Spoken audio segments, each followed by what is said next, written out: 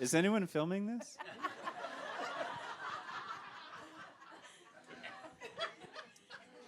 Welcome, everyone, to Chase Sapphire on Main. I'm Mark Olsen with the Los Angeles Times.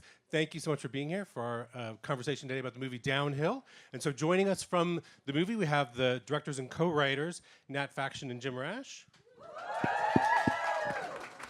One of the stars of the film, Will Ferrell.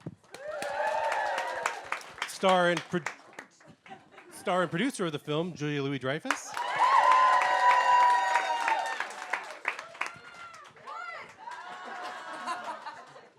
Co-star Zoe Chow. And co-star Zach Woods. Now, Julia, I'll start with a question for you. This project really began with you. Yes. What was it about the Swedish film Force Majeure that made you kind of want to pursue the rights and made you interested in making your own version? Well, let's see. Listen to my voice. Sounds a little weird, right? No? Okay, just me. No, I'm having a little panic attack. Okay. I adored Force Majeure, and Searchlight actually brought it to my attention, and Ruben Östlund, who made it, was very eager and loved the idea of an American adaptation. And so what appealed to me about it was the fundamental part of the story, which is you're looking at reality one way, and then a lens is taken off and your reality looks completely different. And I think that's sort of what the essence of this story. And that appeals to me tremendously, just as an actor and as a storyteller, really. And so then and then we were kind of off to the races 5 years ago. But that was sort of the main thing. And I thought it would be an interesting film to make an American adaptation of, because the Force Majeure is so quintessentially Swedish in the most wonderful way. And we thought, well, it would be really cool to have an American family abroad. And what is that? How does that support the story? And we thought it might very well. Yeah. And then, Nat, Jim, what was the process of doing the adaptation like making that sort of translation happen? Well, we should say the first person on board was Jesse Armstrong, who obviously created Succession, and he was instrumental in starting and moving that process much forward before we even came aboard, which is a hard task to adapt it. And then obviously Succession season 2 writers' room started, so he had to go off and do that. And so then Nat and I is more like we came in there as more of like fleshing out some character arcs, and we also as we found these fantastic actors, we actually found that we loved them so much we started to change the characters to fit them a little bit more, and we flipped the characteristics of the two. So it was stuff like that was sort of tweaking at the end. Yeah, I think with any adaptation, you are trying to hold on to the things that you really love, and then of the original. And then there's a certain point, I think, where you have to separate yourself from that and create your own piece of work. And that was sort of the case with The Descendants when we were, with the novel and then the screenplay. There were times where we were so faithful and adhering to it, and then you sort of say, okay, this is not the novel, this is a film. And with this, it was similar in a way, that the original is held in such high regard by all of us, but we knew at a certain point we were making another version of it in our own. And, Will, what appealed to you about this project and the character, in particular, since you're playing someone who sort of continually just does the wrong thing at every chance? Well, I'm in the minority. I hated the original, and I saw this as a real opportunity to finally fix the wrongs, to right this ship, finally. And when I heard that Julia was going to work with these guys, I was like, good luck. But it somehow worked out. Yeah. And Fake it till you make it. yeah. No, it was just a great opportunity to work with Julia, who we had never met before, and to just it's such a unique premise to get to be a part of. And now, Zoe, Zach, that must be exciting to hear that you were sort of bringing so much to these parts that they actually sort of expanded them and made the parts bigger for the two of you. Yeah, or it may be just that they were acknowledging our limitations as actors, and they're like, "Oh, well, we'll write right to the one thing that he can do." Yeah, no, it was really fun. I mean, I don't know. It is always nice when you feel like some part of you is included in the script generating process, for sure. Yeah, and these guys are, it's so fun to work with fellow actors when they're directing, and they gave us so much trust, which was really nice. I mean, sometimes they made us feel bad about the choices we made in And not scenes, just creative but- choices, life Directing. choices. Right, totally. Yeah, we'd like to know their personal lives. They pitch things that are going They there. kept we asking me, say- "Why weren't you bar mitzvahed?" Yeah. Yeah. And this was all through a bullhorn. They'd use a Yeah. bullhorn on set. Yeah, we have them come to us, or we. Why weren't you bar mitzvahed, Zach? Take it from the top. That's a hard note to know how to apply in a scene. Sometimes it was just, we don't believe you. Faster. Faster. Pace, Funnier. pace. I know it is surprising to realize that the two of you had not met before making this, and that in fact you really didn't meet until you were in Austria to shoot the movie. No, we met before LA, in right. LA to discuss this project. But it is bizarre because our lives have so many sort of parallel tracks. And anyway, we hadn't met. We met, and we immediately got along. It was really nice, and we talked at great length about the project and the tone and what we were going for. And right? Absolutely. And I'd read this adaptation first, so I hadn't seen the original. Right. And Julia was like, you might want to check that out just to Before you before sign up for this on. thing. And I was even more excited to do it. Yeah. But can you guys talk a bit about the way in which you sort of have reoriented the story a little bit? That the wife character played by Julia has a little bit, is brought to the fore, and it's a little bit more maybe about the family, even where the Swedish film is much more kind of just about like the husband story.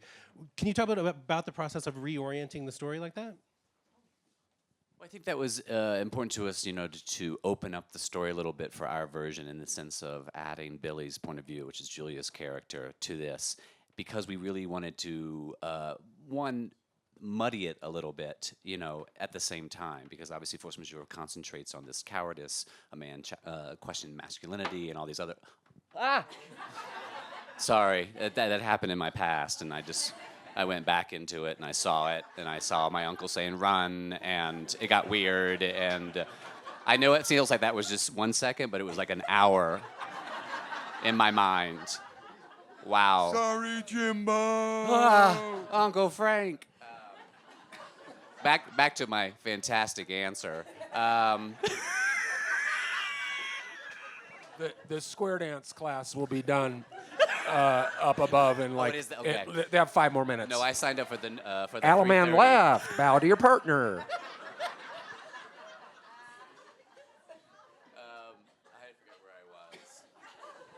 You were talking a little bit about how you were sort of reorienting the story to sort of be more about Julia's character and the family. Yes, absolutely. What? Well, I think we wanted to make sure that this woman was not depicted sort of as an angel, and there wasn't complete righteousness on her side, and we needed to see her make some bad decisions, which she certainly does in the film, and give it a little muddy it up, as you say. And to your point about this is reality. Take the lens off. That was to go beyond that, and then hit that theme of being in a couple, being in a partnership, any kind of relationship where you are sharing a story with someone, and then Billy's character really thinking about where does she stand within this. Has she lost some of herself? And that's such a big theme that's in Force Majeure, and we wanted to make that sort of expand on that with Downhill.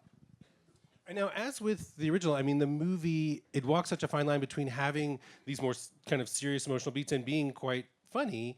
And is that a difficult line to walk? Will, for your performance, for example, are you leaning more into the drama of a scene or the comedy of a scene? Like, how do you find that balance?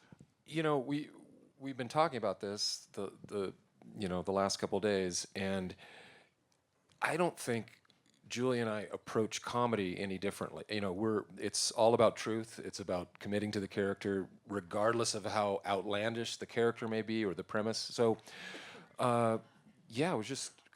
What was that? Was it? No. Okay. And Did you have one of my moments? Oh, yeah. no. Another uncle story. But no, I was just I got to play a real person, you know, which was so exciting. Well, now this Aren't you excited? This brings up an interesting point of when you have such a strong cast of improvisers like this, what do you do with them as directors? Are you concerned about like staying with the script and getting what you need? Do you just sort of set them loose on a given scene? How do you deal with that? You shut him down on the bullhorn. Stick to the script. Stick to the script. No, I think these are incredibly talented, actors who know how to improvise in a way that stays on story. So it's not improvising where you're sort of tangentially going into some, other space that has nothing to do with the film and then trying to get back to the scene. They are all incredibly adept at maybe adding something to, whether it's comedic or dramatic, just to add life to it, but it stays within the moment. And that's a credit to them, really. But I think as a cast, though, we were excited to execute what Jesse and Jim and Nat had already put on the page. It was just, we had a little read through at the hotel. We're like, oh, that's going to be a fun scene. Yeah. That's going to be a fun scene. So, it wasn't, this one's in trouble. We'll figure it out on the day. It started from a place of like, oh, it's just going to really be a pleasure to get this scene down as is, and then we'll see what happens. I cried actually after that table read because I was so excited. And like it was so insane to witness it, come to life. And you two were like so locked in, and it was like thrilling. And yeah, Mom was like, "That's okay. Gotta cry." A lot of times it did feel like we were doing a play. Certainly there's a scene in the middle of the film that's very, an 11-page scene and very, there's a lot going on, and it's just the four of them. And I think like with any play, if you've done it many times, you sort of start to find different things and play with different ideas. And we had the benefit of shooting that scene over 3 days and running it all the way from start to finish, as opposed to breaking it up in chunks. And these guys would find little nuances and subtleties throughout every day, and it was really a joy to watch. Well, since we have the four of you here, I want to be sure to ask about that sort of central scene. Julia, for you in particular, your character just goes through a gamut of emotions in that scene. You're sort of on the brink of tears. You're very angry at one point. There is an undercurrent of it being still kind of funny. Like, how are you performing a scene like that? I don't know.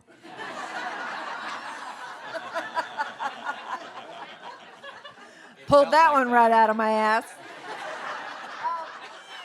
Right? Yeah. It's just a fever dream that you.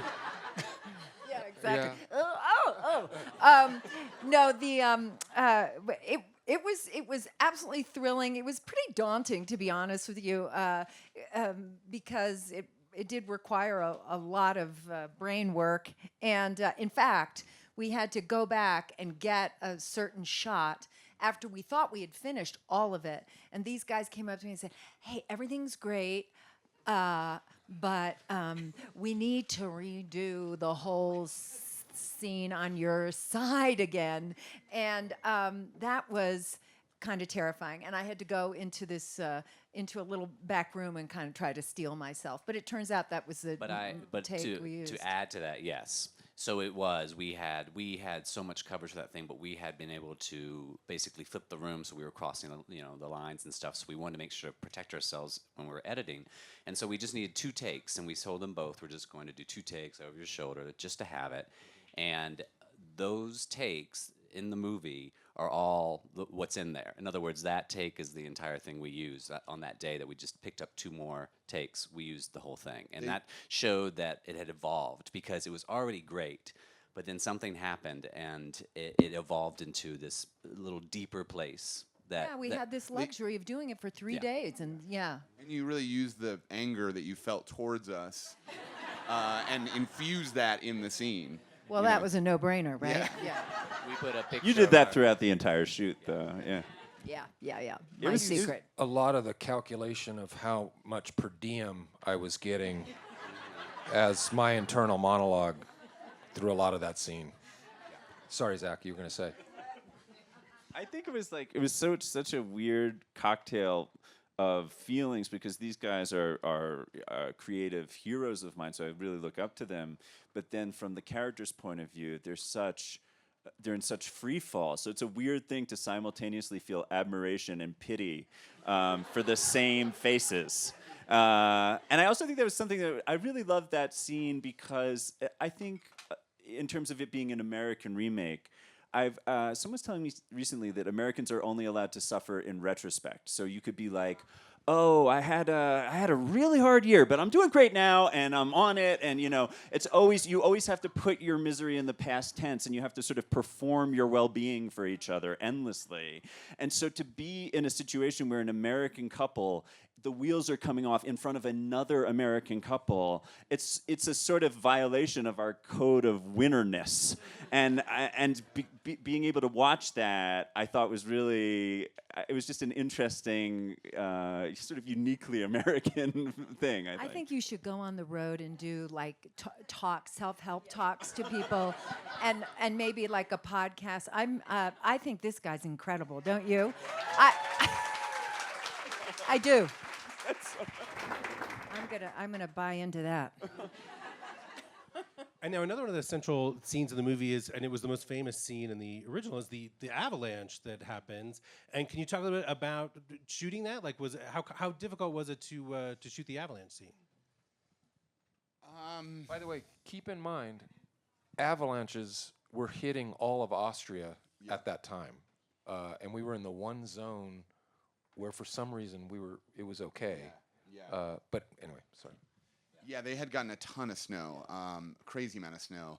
But it was, when we approached that scene, I think the original had such sort of an iconic way of shooting that in the sense that they were really far back and they just sort of let all of the action happen in front of you, in one wide lensed shot. And we decided that one of the differences between the original and our film was that we wanted to be a little more intimate with our characters. I think, for example, I don't know that force majeure goes into a tight shot until maybe a half an hour into the film. And our American version was a slightly warmer version and a little bit more intimate and a little closer to the characters, at least from a cinematic perspective. So we wanted to translate that as well into the avalanche scene so that we were tight on faces and close and feeling the sort of pandemonium of the moment. And I think we shot that over a couple of days and had a great crew to help us sort of give the effect of snow because we knew we were going to use some visual effects to sort of because we couldn't fire an avalanche near you guys. I Yeah, it guess wouldn't that have was been wise. yeah that was in That was your an insurance contract or issue. something. Yeah. It was a discussion. We tried. It was a We discussion. tried, remember? I was willing Yeah, to do it. yeah. I because we was willing thought it to would do be more realistic if we were in said- an actual avalanche. But then And we yeah, only so- get one shot at it, but everyone's Yeah. like, I'm freaked out. Yeah. Blah, blah, blah, blah. It might be too. Yeah, somebody might get hurt. Give me a break. So, so we had our special effects people sort of cannon a snow cannon, that basically, just that launched shot. projectile snow at these guys. But it really, I think it helped give the It's sense. kind of of- scary, It had a actually. big bang really to was. it. Yeah. But we were on the mountain in this actual practical restaurant that's mid-mountain right there. So we're out in the elements, and obviously we replaced the mountains for the actual avalanche. So how much snow does this snow cannon dump on you? A shit ton. Yeah. Really, for true. I mean, it was yeah. intense. I mean, and they were like, "Keep your eyes closed," and I mean, it was scary. I mean, there was a massive noise too. Remember when that thing went on? Yes. Bang, yeah. Yeah. It was Yeah. everybody. It was intense. Jim would scream every time. Yeah. I kept forgetting it, and much like the moment with my uncle, I just had these loud noises make me go into this dark place. No. Yeah. And then I'm he dealing would with go, it. It's a little insight. We come into this world alone. Yeah, that's it. I know, Zoe, your character is a serial overuser of hashtags in the movie, and so I want to be sure to ask you your own personal feelings about hashtag overuse. Oh, I'm all for it. I really believe in cliched life mottos and canned, sayings. No, I think it was fun to play somebody who's so confident and has no self-doubt, or seemingly. And I think, youth can sometimes lend you temporary clarity. Arrogance. Yeah, yes. Arrogance, Arrogance. And yet at the same time, I like so much where, in some ways, your character is set up as like sort of the most ridiculous person in the story, and yet you also are the one character that shows the most sympathy to Julia's character. So even like the person that we think we're just laughing at suddenly like has this human dimension that we haven't seen before. Yeah, I mean, the credit goes to the writing and the crafting of it was amazing to be inside this story, because there is such nuance and it's constantly turning on itself, and it's fun to not sort of always be on your toes, because it's constantly shifting, as is real life. She basically is the character that first validates Billy's feelings, and this is all about, all these characters sort of outside of this group right here float into Billy's storyline, both of their storylines, and sort of provide them with just what they need at this moment to process where they are in their lives, Because, Julia, is that one of the things that you liked most about doing the remake, is that all the characters sort of get a chance to be human, and that they're not just sort of objects of ridicule. There is something really empathetic about the movie to all these characters, even when they're at their worst. Yeah, well, that was the goal, and even with Pete's character, we wanted to open it up in such a way so it wasn't black and white, as Rosie says in the film, that give it a little grayness, a humanness. People make bad decisions. Good, wonderful people make terrible decisions all the time. All of us do. And somehow, how does one recover? How does one own these bad decisions? How does one tell the truth? And this is a movie about telling truth and owning truth, which is, I think, an interesting theme today in particular. Yeah. I was going to add something, but I feel like, boy, I did not add to that point. That was... Show of hands, how many people here would like to hear about an interesting opportunity in investing in a timeshare? Is this the great. right forum for that? Or Absolutely. Yep. You I will think that not segued from truth be into that. sorry. I have signed up already. You'll Jim be sorry. signed on. So Good people make bad decisions, like not Well- investing in a timeshare when they're presented with an And opportunity. Sometimes good people make great decisions. And I'm looking at a room full of good people. Believe it or not, I'm being told that our time is up. Oh, bullshit! Riot! Come on! Come on! One more! One more song. kidding. One more song. One more song. One more song! It's your publicist. So please, if everyone could just stay in their seats. We've got a big group here. We've got to hustle out to the door. So everyone, please join me in thanking our guest today Thank from you. Downhill. Thanks, everyone.